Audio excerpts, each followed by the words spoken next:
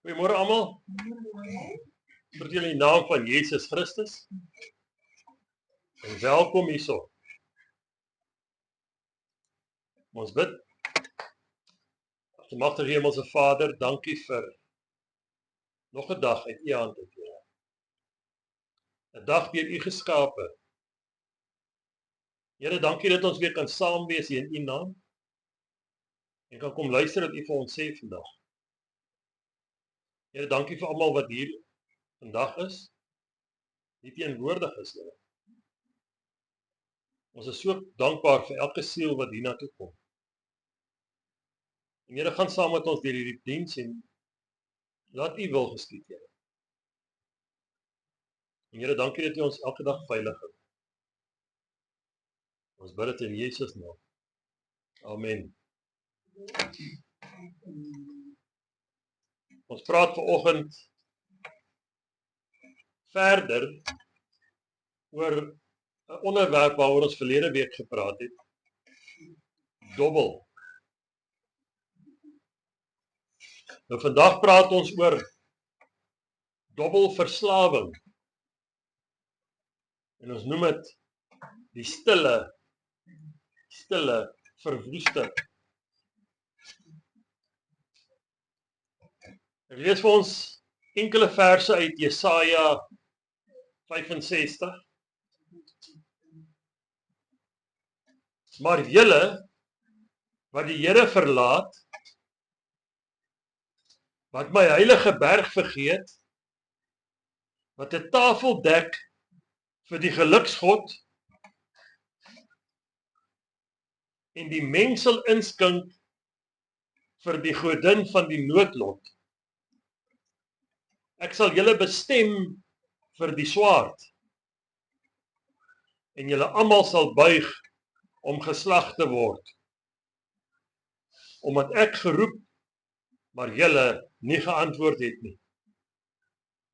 Ek gespreek, maar julle nie geluister het nie. Maar gedoen het wat verkeerd is in my oë en verkies het wat my nie behaag nie.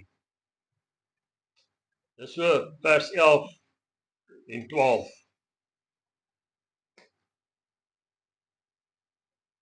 Dobbelverslawing is nie iets wat ons maar net moet ligtelik opneem nie. Soos enige ander verslawing. In Amerika het hulle opnames gedoen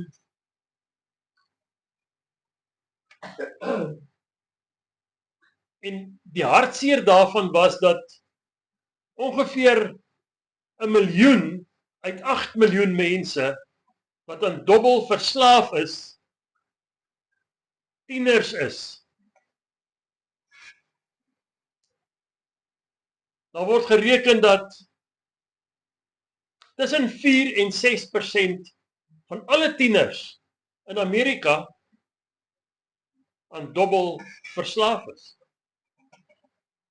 Dis verskriklik om te dink dat die jeug al in hierdie goed betrokke raak.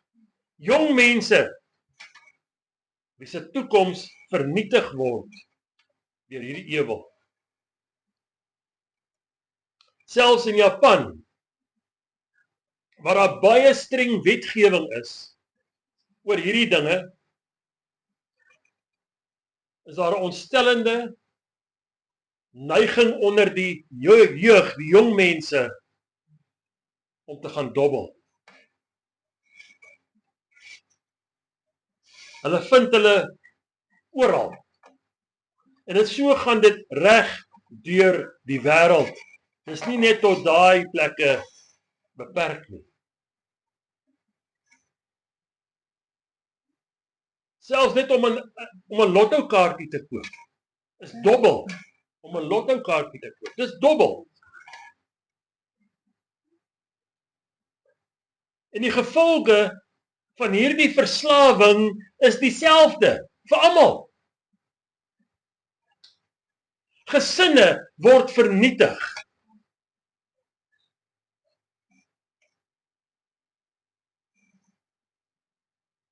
Maar mense wil nie luister nie. As jy gaan kyk na iemand wat aan dobbel verslaaf is, dan sal jy sien, hoe meer hulle verloor, hoe meer wil jy speel, om dit wat jy verloor het te weer terugwen. En dan verloor jy maar net nog weer. En so raak dit 'n bose kringloop wat nie einde kry nie. Hy raak dan soos 'n sneeubal wat al groter en groter en groter is en jou verwoes. Dobbelverslawing het presies dieselfde uitwerking op jou wat aan dit verslaaf is as drank of dwelms of enige ander ding waaraan jy verslaaf kan wees. Hierdie mense het naderhand nie meer beheer oor hulle self nie. Dobbel raak vir hulle amper soos om iets wonderlik te ontdek of om verlief te wees. Dis daai lekker gevoel wat hulle kry wanneer hulle gaan dobbel. Dis vir hulle baie keer daai spanning en daai adrenalien wat so lekker pomp. Maar op die einde van die dag alles te vergeet. Ja, vir baie mense is dit seker opwindend om so aanhoudend te wen. Maar hulle kan nie verwag dat dit altyd oorwen gaan. Want iewers gaan jy jou vasloop teen daai monster wat jy so lekker voel. En daai monster gaan vir jou verslind en jou vernietig en jou uitspoeg.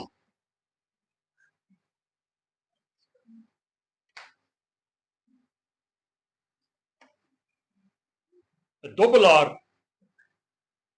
wat homself nie kan beheer nie, verloor baie meer as net geld. Sy skuld en sy finansiële ondergang is maar net die begin van al sy probleme.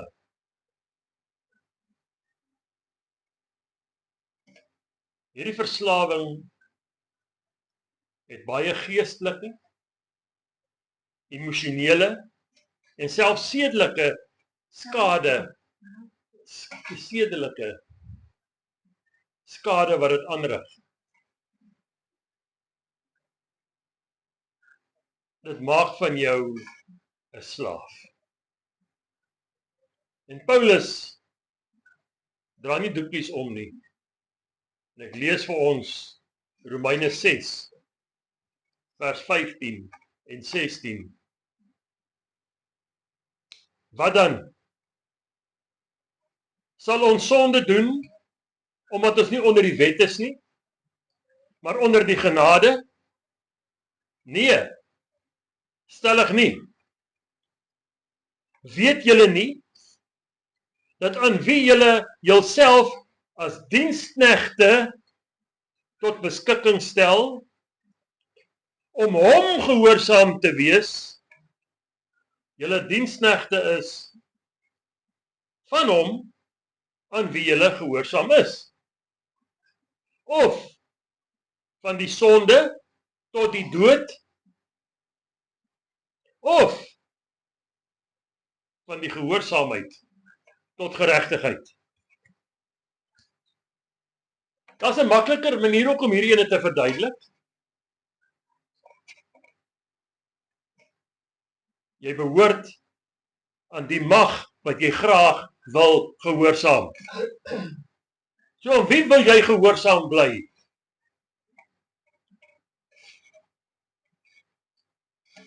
Mens moet dit vir homself uitmaak. Maar stel jou nou voor dat jy aan die genade van hierdie slegte gewoonte oorgelaat word. Daai ding gaan jou verniel en jou doodmaak. Dobbelaars sal ons ook baie keer sien begin baie leuns uitdink. En hulle raak slinks. En hulle begin steel. Net om sy gewoonte en sy verslawing te onderhou. En sy gesin is die eerste mense wat daaronder ly. En wanneer jy besef dat jy 'n dief en 'n leuenaar is,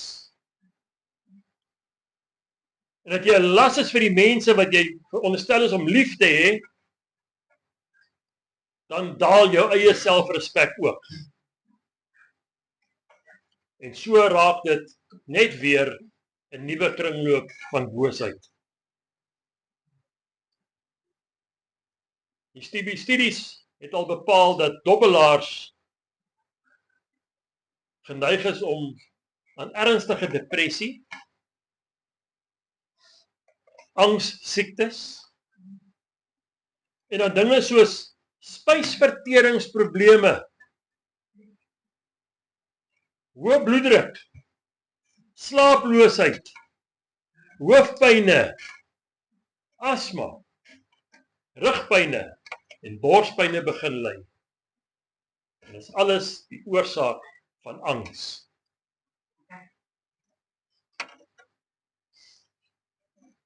Maar die vernietigste gevolg is nie hierdie dinge nie, maar jou geestelike verhouding met God wat daarmee heen gaan. Die Bybel veroordeel geldgierigheid en jou liefde vir geld. En hoe meer jy dobbel, hoe meer skade rig jy aan jou verhouding met God. Maar hoe kan jy uit hierdie greep van hierdie gewoonte of verslawing uitkom? Heel eerste, jy moet erken jy het 'n probleem. Want as 'n persoon nie begin erken ek het 'n probleem nie, dan kan jy nie genees word nie. Jy sien dit baie keer met ander verslawings. Jy kan daai persoon 'n rehabilitasiesentrum stuur totdat by jou ore uitloop. As hy nie erken hy het 'n probleem nie, gaan dit niks help nie. Dieselfde met dobbelverslawing. Hy moet wil verander.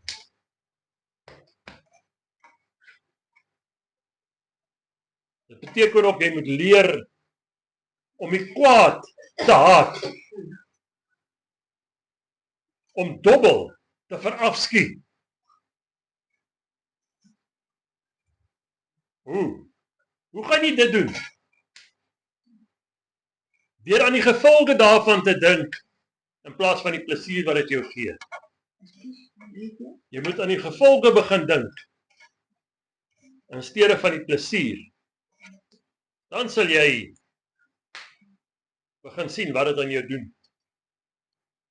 Maar jy moet eers wil verander. Is dit die moeite werd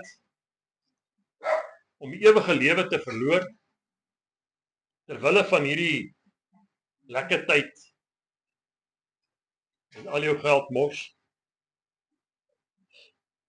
Of die sensasie daarvan om een of ander spel te wen? Dink 'n bietjie daaroor. Enige soort verslawing kan so in jou lewe ingewortel word, dat wanneer jy dit moet los, dan voel dit soos 'n arm of 'n been wat van jou afgeskeur word. En dis hoekom dit so moeilik is vir mense om uit 'n verslawing uit te kom, ongeag wat die verslawing is. Enigiets wat jou verhouding met God in gevaar stel, moet uit jou lewe verwyder word. Jesus sê vir ons In Matteus 5 vers 29. 29. As jou regter oog jou dan laat struikel, ruk dit uit. Gooi dit weg van jou af. Want dit is vir jou beter dat een van jou lede vergaan en nie jou hele liggaam in die hel gewerp word nie. Dit beteken ook dat jy moet begin selfbeheersing aankweek in jou lewe. Het gaan oor dissipline. Selfs Paulus sê hy het begeertes gehad wat elke keer terugkom. En hy kon dit seker maar toegelaat het, maar hy het nie. Want hy het geweier om 'n slaaf van sy begeertes te word. So, verslawing is om 'n slaaf van jou begeertes te word. Paulus het altyd gesê ook, hy kastei sy liggaam om dit diensbaar te maak aan God.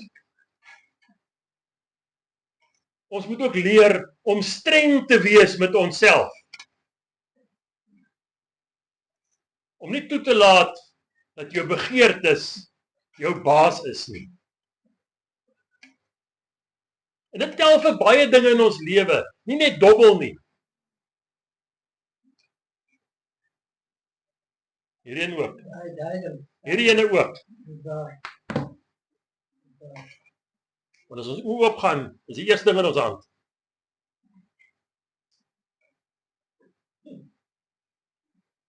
Maar om hierdie stryd te wen, gaan baie meer as net wilskrag vat.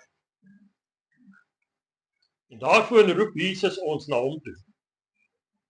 En hy sê, bring al jou laste na my toe. Hy sê, sy juk is sag. Sy las is nie swaar nie. Bring dit na Jesus toe. Hy wil jou genees. Hy wil jou las wegvat van jou af. Die Here sê, werp jou bekommernis op hom. Met ander woorde, gooi dit weg van jou af. Maar dit gaan ontsettend baie krag van jou afvat om dit te doen. Maar dis hoekom ons bid. Maar baie keer is 'n verslawing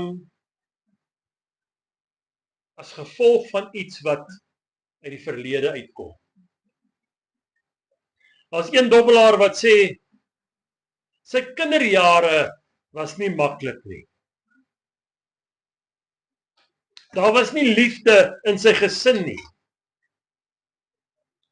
Hy's altyd verneder en sleg gesê.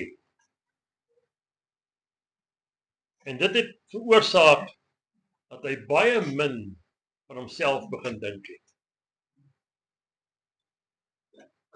En dobbel het vir hom 'n uitweg geword om te voel hy pas iewers in.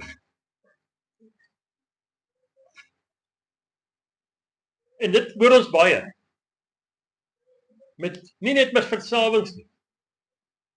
Maar jou verlede het baie keer 'n invloed op jou hede. Ongeag wat in jou kinderjare gebeur het. Elke persoon het op die einde van die dag 'n keuse of hy daai verlede gaan toelaat om sy hede en sy toekoms op te mors of om by die Here uit te kom wat nie jou verlede teen jou gaan hou wanneer jy by hom is nie. Jy kan dalk nie die verlede verander nie, maar jy kan verander waar jy nou is en waar jy heen gaan.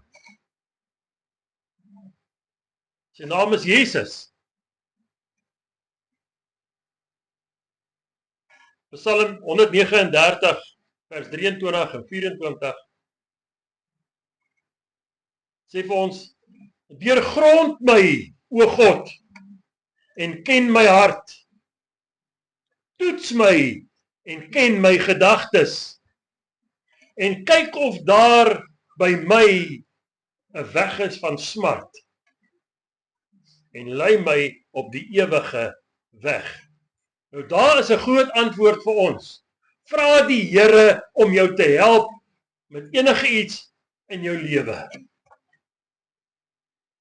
Hy wil jou verander. Hy wil jou 'n nuwe skepsel maak. Maar jy moet hom toelaat.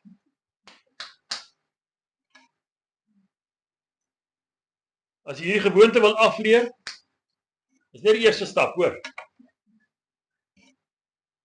Jou hele lewenstyl moet verander. Jy moet jou selfsug en jou begeertes moet jy kruisig. Jy moet jou vriende reg kies. Jy kan nie met dieselfde vriende wat saam met jou gedobbel het, vriende bly nie. Want die Bybel sê, jy kan nie gemeenskap hê met die ongelowiges nie.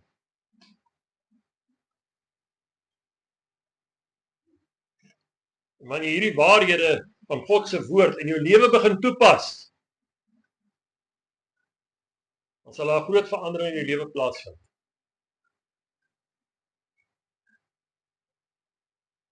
So bly weg van hierdie plekke af.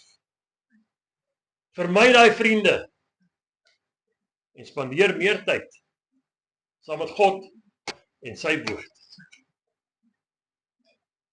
Dis die moeite werd. Dis 'n beter opsie as waarin jy nou vasgevang is. Die Here wil jou help. Die Here wil hê jy moet gaan soek na wat reg is. Hy wil nie hê dat ons in sonde moet verval en doodgaan nie.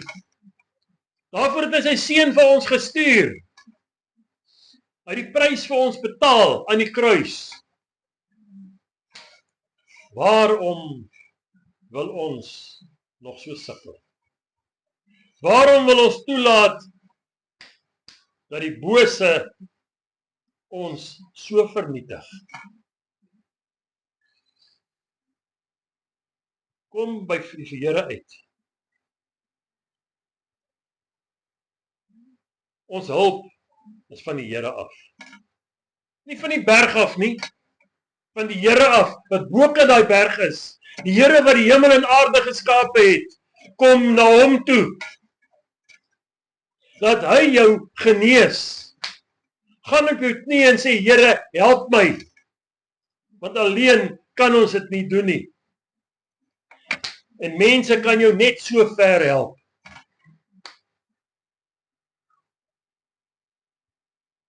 Vra die Here. Die Here sal jou krag gee en hierdie stryd van jou teen jou verslawing. Nou is nie altyd maklik om 'n verslaafde te help. Maar die vurige gebed van 'n regverdige het groot krag. Laat ons bid vir mekaar. Laat ons mense hande oplê en vir hulle bid dat hierdie verslawings uit hulle kan uitgaan. Dis wat die Here van ons wil hê. Amen. Hemelse Vader, dankie vir hierdie boodskap vanoggend, Here. Here, help ons om ander mense te kan help. Here, laat hierdie boodskap nie leeg na U toe terugkeer nie. Maar laat U Heilige Gees die naprediker wees van hierdie woord, Here. Sodat mense wat in hierdie bose kringloop vasgevang is, gered kan word, Here. Uitgeruk kan word uit hierdie bose dinge uit. En genees kan word, Here. Dit is ons gebed vanoggend. Help hulle, Here, want hulle kan hulle self nie help nie. En Here, dankie dat ons tot U kan bid. En vir hierdie mense sê, daar is hoop. Daai hoop se naam is Jesus Christus. En laat dit vir hulle 'n pad van herstel word, Here. Maar nie 'n plek van droefheid nie. Seën ons, Here. En laat ons deur hierdie week bid vir sulke mense. Vir almal wat in hierdie verslawings vasgevang is, Here. Ons dra hulle op aan U. Ons bid dit in Jesus naam. Amen.